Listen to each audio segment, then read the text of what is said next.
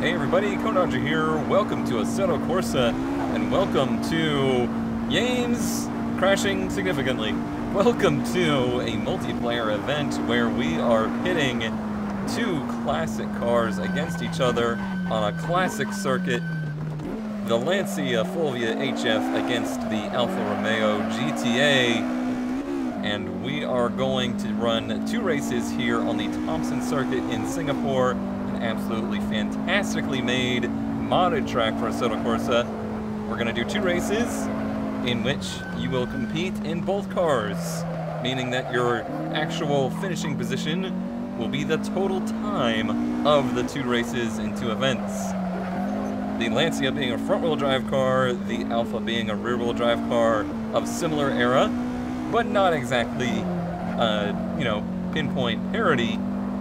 There's a lot of similarities between them, but a lot of differences as well. They're both a lot of fun to drive, especially at an old school track like this. So we're going to try and have ourselves a good time and crown a little mini champion here today.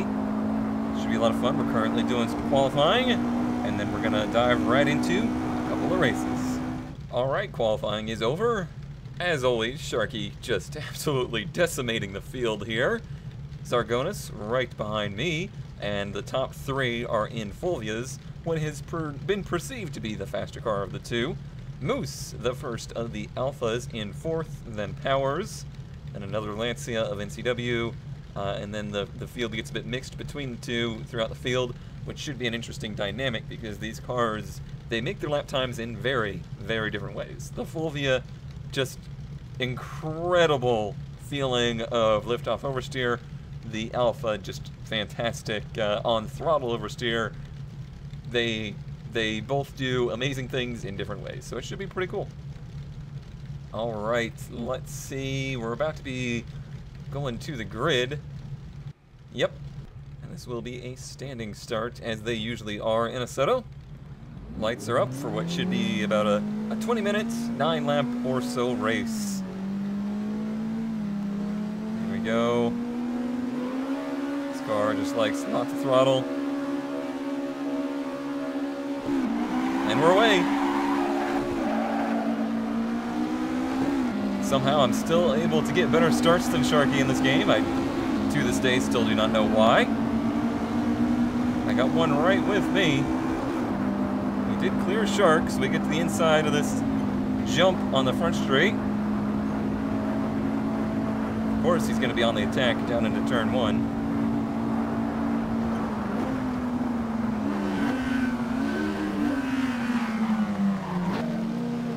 Gets it in there. I think we're clear to the inside, though.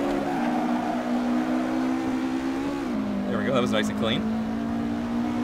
I was very willing to sacrifice grinding this transmission down through the gears for the sake of better braking down into turn one. This track is just super cool, but it's also very dangerous. There is many places that can catch you out, much like that one. A lot of people running wide there, in fact. I got the Alpha of Moose behind me, which should be easy-ish to hold off. I think my biggest challenge for this race is Zargonis in the other of the Lancias. But Moose is mighty quick and quite a rally driver, and this is, in many ways, a rally course. A real tricky turn coming up here. The one that has caught me out the most. Down to third gear, let it float. This car really wants to understeer there. Was able to fight it through this time. A little too much speed into this one. Such a cool experience in these cars, though. If you are looking for a way to learn the behaviorisms of a car, this is the era of car and the type of car to do it in, because it's so vocal. Not only in the brakes that are super loud and squeaky, but the tires, they really talk to you. The suspension, it's not rigid, so the suspension kind of talks to you. You lean into it, you figure out, how the car is feeling. It's much different than racing in a modern car.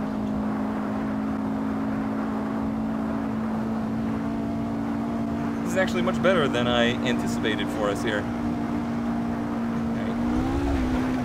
I've been just trying to keep as inside of that turn as possible. Depending on how good your run is, you can really catch a lot of air off of that turn. Big lock up from Shark there. But he did manage to get it mowed down. Bit too much curb. It's a very aggressive curb. Not one you really want to hit. Seems like maybe Zargonis got caught up in the Alphas there. Maybe made a little mistake. That's gonna be a big pressure relief for me in this race. So I just gotta try and keep it clean here. The next one will be the craziest one for me. I decided to go for what I thought would be my easier race first. The second race, where I will have to be in the Alpha, will be much more different because I'm going to be trapped in traffic for probably the whole race. And that will obviously make it more difficult. And the Alpha is, in my opinion, a little harder to drive. Just a little. Shark just kind of easing away from us at this point. What's so fantastic... Oh, I've overdriven this turn. Barely able to get it slowed down. But yeah, what's fantastic about this kind of car and this era of racing, even if you do end up out on the track all by yourself, it's just so damn fun. Oh man. You can do what looks like really dumb, silly things and get away with it. Like dragging the handbrake in the middle of this hairpin. We're certainly not running away from that Alpha pack, which is fun to say. We lost a lot of time to Shark there, so now we gotta look out for Moose. Sharky ran an 18, I think this is probably a 22. Oh, it was a 20. That's still, for me, that's a really good lap here, actually. Moose with a 21, Powers a 23. That's why you gotta stay to the inside. It really shoves out. There's Zargonis at a 20. So yeah, you see, that's why I thought he was gonna be our most. Oh, I'm late on the brakes. Can't break it in. See, only in this is that a valid strategy. That's why it's so much like rally racing. It really is.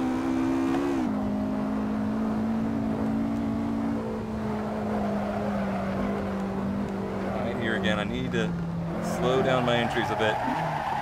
Oh, a little wall hit. Never hurt anybody.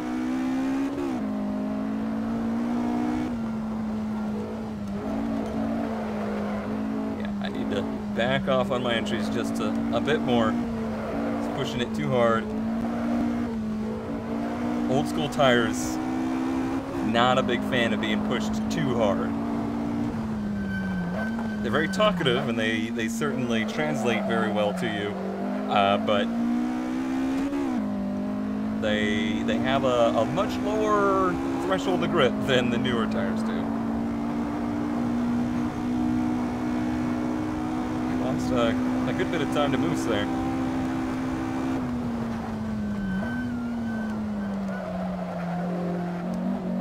Taking it a bit easier now.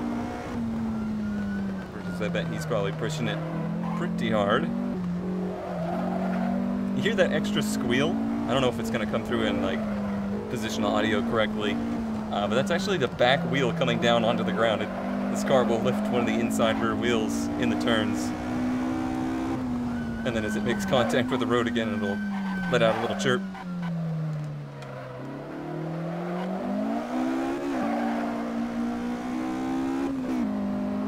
Not a very good lap for us here.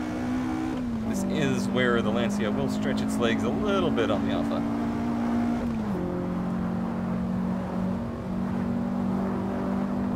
Take a sip of the drink, do a little relaxing before we launch this thing into the air.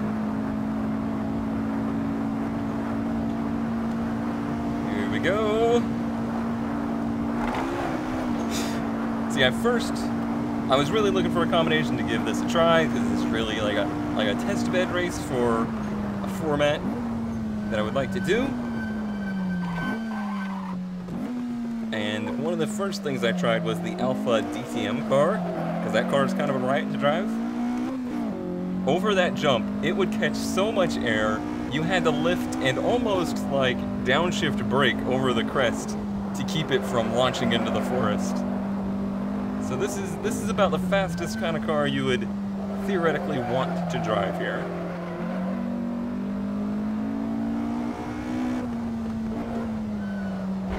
Trying not to overdrive it this time. Tone myself down a bit.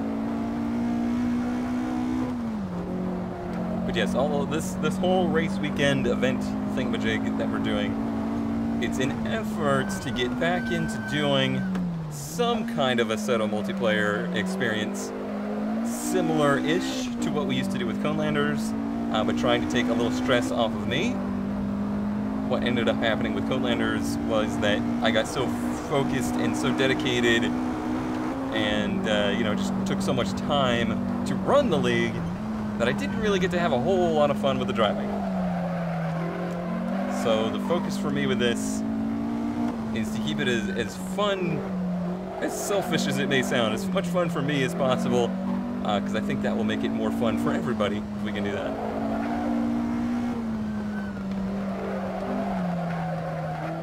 Steer there. Looks like we might have some lap traffic to deal with. We do have some very new competitors here. People that this may be actually their first like official, unofficial race in Assetto Corsa. Which is great, because that's one of the things I always thought was this platform's best purpose. Assetto Corsa is an amazing entry into sim racing. Even though it has a very great physics engine, and I'm not knocking its level of simness, just the layout of it, the selection of cars it has, and the overall system that it presents, it's great for entry-level sim racing. We seem to have a moose that is approaching in a hurry. I have been taking it easy to try and keep my tires on course, but I'm running lap times that honestly are about the best I've run in this car, so it's not as though I'm laying down too much. Could just be that Moose is picking it up here. Alright, here's our first little lap traffic.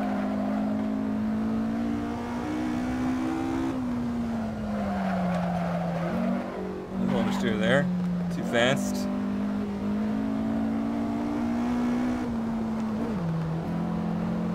we're gonna pass to the outside here. Thank you, sir.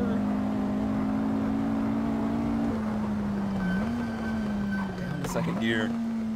Moose gaining some time there. I think he's gonna have a real hard time getting around me though, unless I screw up. So that's why I'm focusing on not screwing up. Just let it run out in fourth here. Third gear. A little wide, but it's okay. Hear that tire trying to touch the ground. Good exit. You can really see what I mean about how similar these cars are, but they drive so much different. He'll gain a lot of speed on entry, he'll gain a lot of speed in certain parts of the turn, and then you'll see his car wash out wide and lift off the ground a bit. This, one of the places where the rear-wheel drive car obviously has an advantage. Front-wheel drive cars are never a fan of doing real sharp hairpins. And it's got legs. So stretch it out a bit here. Still a lot of time on the clock. Is the clock moving? Oh, it's up top. I was looking at clock. That's the time down there. It's the actual time of the day, I think. All right, so 8 minutes remaining. Let's get a bit more aggressive on this entry. Be meaner to that gearbox. Good exit.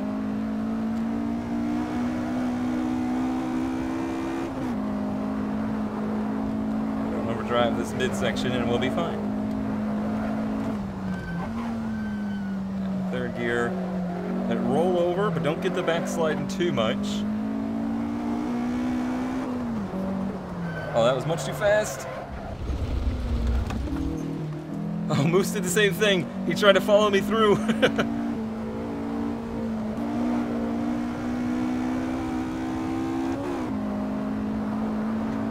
We got lucky there. There are a lot of things on the side of this course, like those lampposts. They will eat you. They will destroy your car, and they will eat you.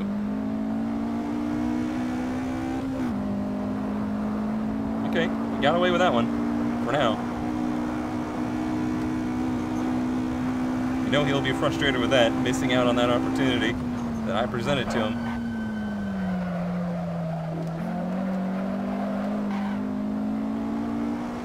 I don't know why, but the sound of the rear wheel touching down on the ground is just one of the most amazing things to me.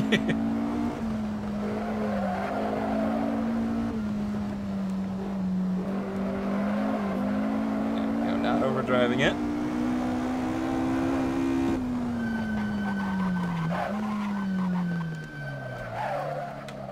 Let's keep a tight line here. Amazingly, it seems like the Fiat's able to get back to the power a little bit better.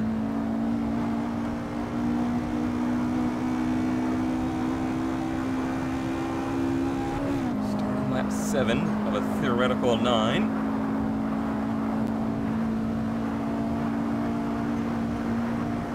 Wide, get it right over to the apex on the crest. Perfect.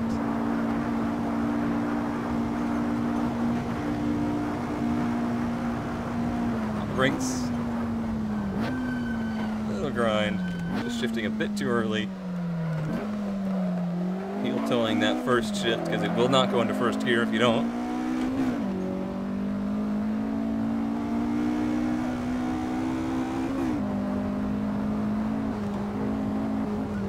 Then reaching over with my left foot to do left foot braking through this section. Because you really need it to help dance that rear end around.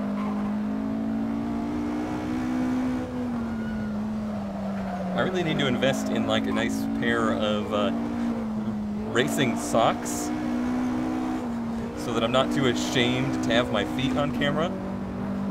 So I can do like a foot cam. And cars like this, a foot cam would really be something. Like in this turn, heel towing. Then as we go to the faster turns, I switch over to left foot braking. There's a lot that goes on in the foot department. It's shaping up to be a very nice lap.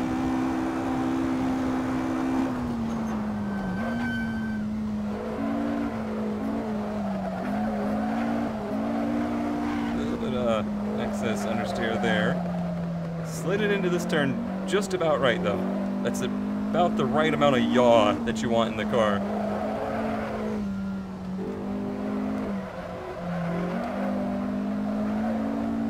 Very nice.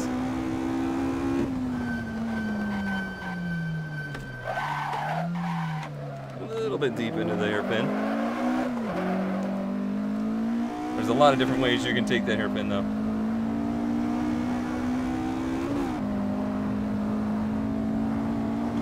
It's interesting that if you miss that hairpin, you just go down pit road, so that's your penalty. It actually ends up being a rather good design. We got a 20.2 for us, good lap. And a 21.6 for Moose, so a tough one for him. We needed 3 minutes to go. It does look like it will likely be. Oh, could he actually go into a 10-minute or a 10-lap race here? I don't remember how exactly Assetto handles the end of the race. I think it might give an extra lap after.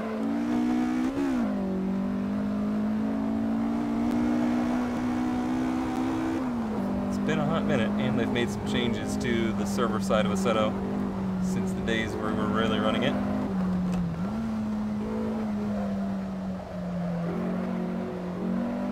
Seems like we've got a little breathing distance on our competitor here, so let's take it a little easy.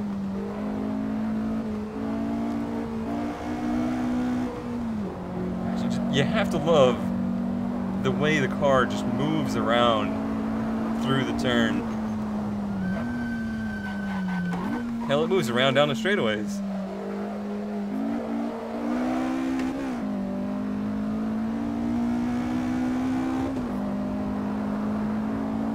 Sharky's just out of here. Sharky's in a different zip code now. What we have to hope for is that once he gets into the Alpha and maybe hopefully gets mired in the pack, hopefully he doesn't just stretch it out in the Alpha. It's not impossible that he will win both races though. Yeah, it'll be interesting to see if he gets mired in traffic, and maybe we can capitalize on that a bit.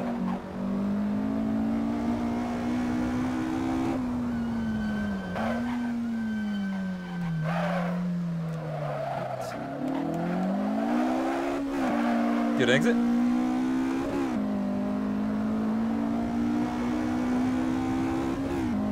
You know, I think it would have been a 9-lap race had Sharky not picked up so much time.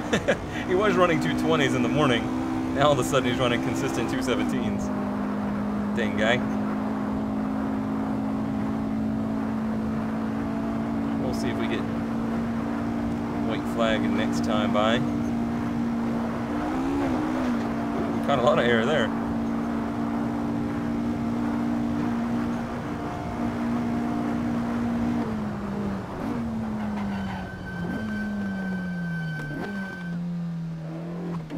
So much easier to shift when you don't have pressure from behind. Slower, for sure, but easier.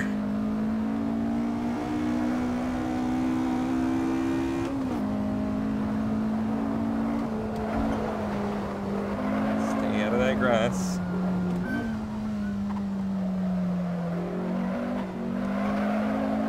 Nice.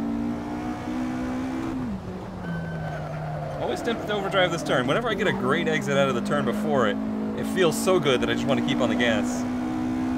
Oh, jeez. Okay, no, that's right. Leader has 2 laps to go. That means next time by will be white flag.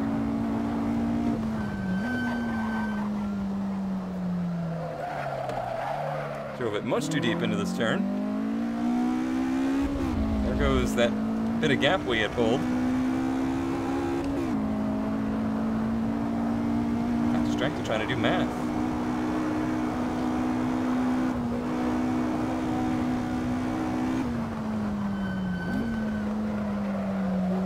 Rotate. Nice. Oh, big slide. Caught it. Didn't overreact.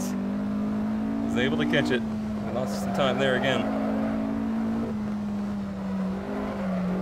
It's a very rhythm racetrack. You get a little off in one turn, it's gonna fight you for the next set.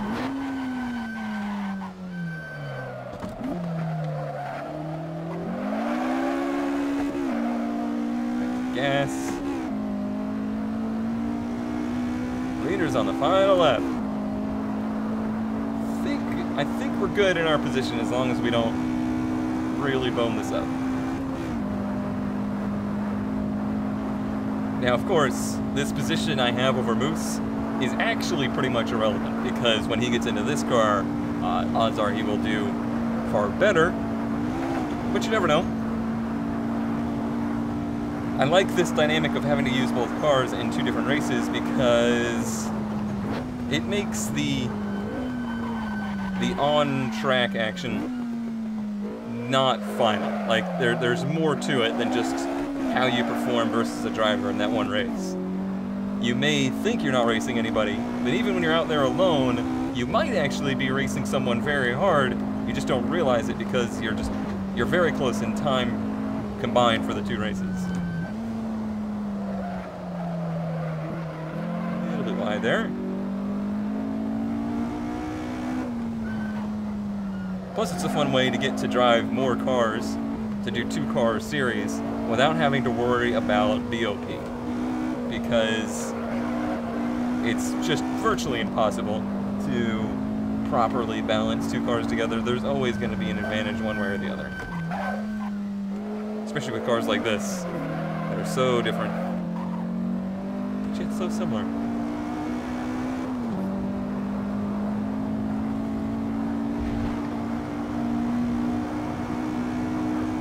I have a feeling Moose is going to say he had a lot of fun with this. This is the kind of race that is fun to run, where you're just driving your heart out, trying to track somebody down that you know you don't really need to pass them, and it doesn't really matter in the end, but it's just fun to try and track somebody down.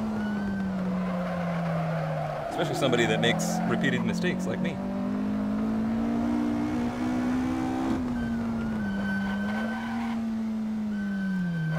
Down first gear. He drove it in there deep, trying to make a run. But it caught him on the exit.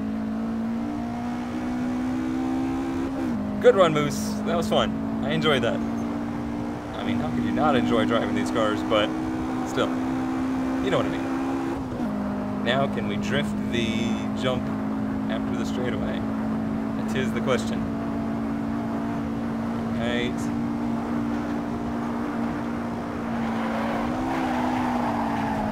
Beautiful. Uh-oh. Losing it. I'm losing it. Oh, man. Good time. That was a good time. All right. We'll do this again. We'll flip cars and have another try at it here.